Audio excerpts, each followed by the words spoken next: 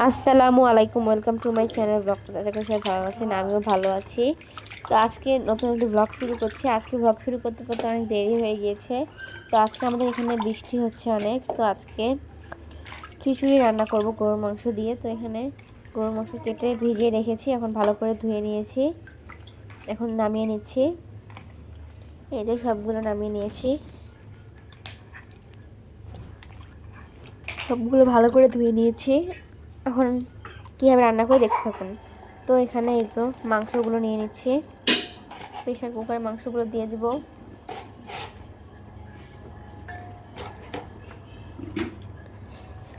এখানে এখানে কি মশলা মশলা দিচ্ছি তারা দেখতে থাকুন।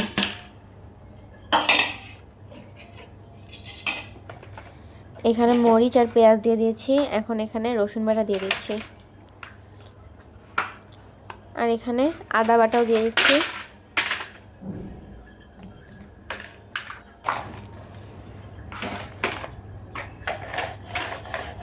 এখন এখানে রাঁধুনি হলুদের গুঁড়া দিয়ে দিচ্ছি, পরিমাণ মতো দিয়ে দিব।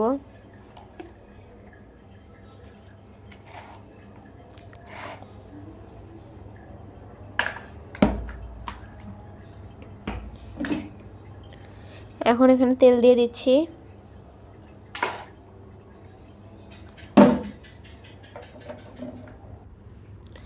আর এখানে কিছু মশলা দিয়ে দিচ্ছি। এখন ঝকঝকা দেখা যাইতেছে।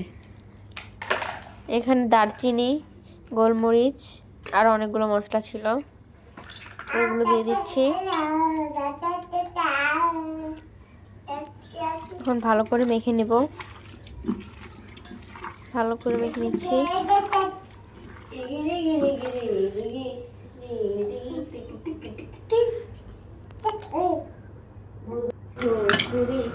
এখন এটা চুলায় বসিয়ে দিয়েছি, দেখছেন কি হচ্ছে।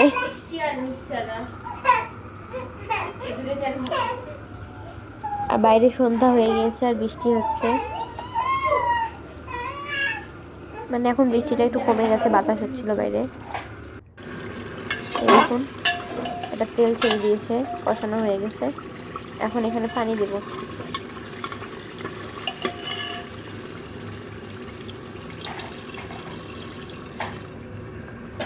পানি দিয়ে আরো কিছুক্ষণ সিদ্ধ করে নেব।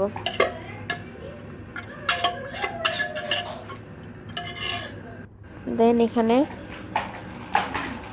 সব ডাল দিয়ে দিচ্ছি আর চাল দিয়ে দিচ্ছি। এখন ওগুলো ভালো করে ধুয়ে নিব।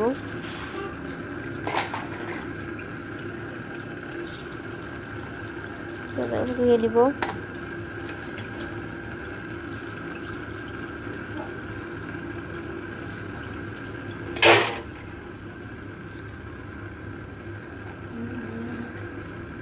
প্রথমে এগুলো একটু ভিজিয়ে রাখতে হবে, তাহলে নরম হবে।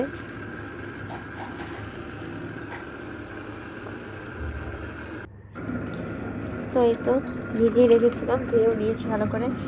এখন এগুলো মাংসের মধ্যে দিয়ে দিব।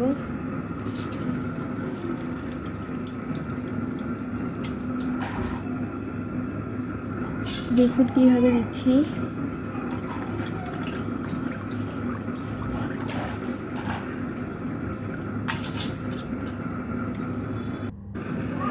এবারে খুব ভালো করে নেড়ে চেড়ে দিচ্ছি।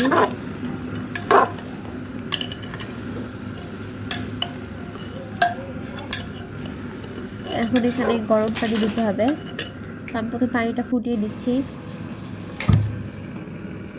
এই তো পানিটা ফুটানো হয়ে গেছে।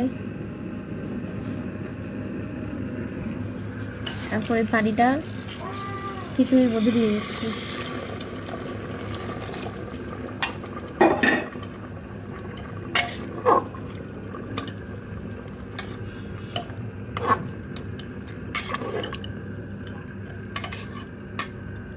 দিয়ে খুব ভালো করে নেড়ে চেড়ে দিচ্ছি।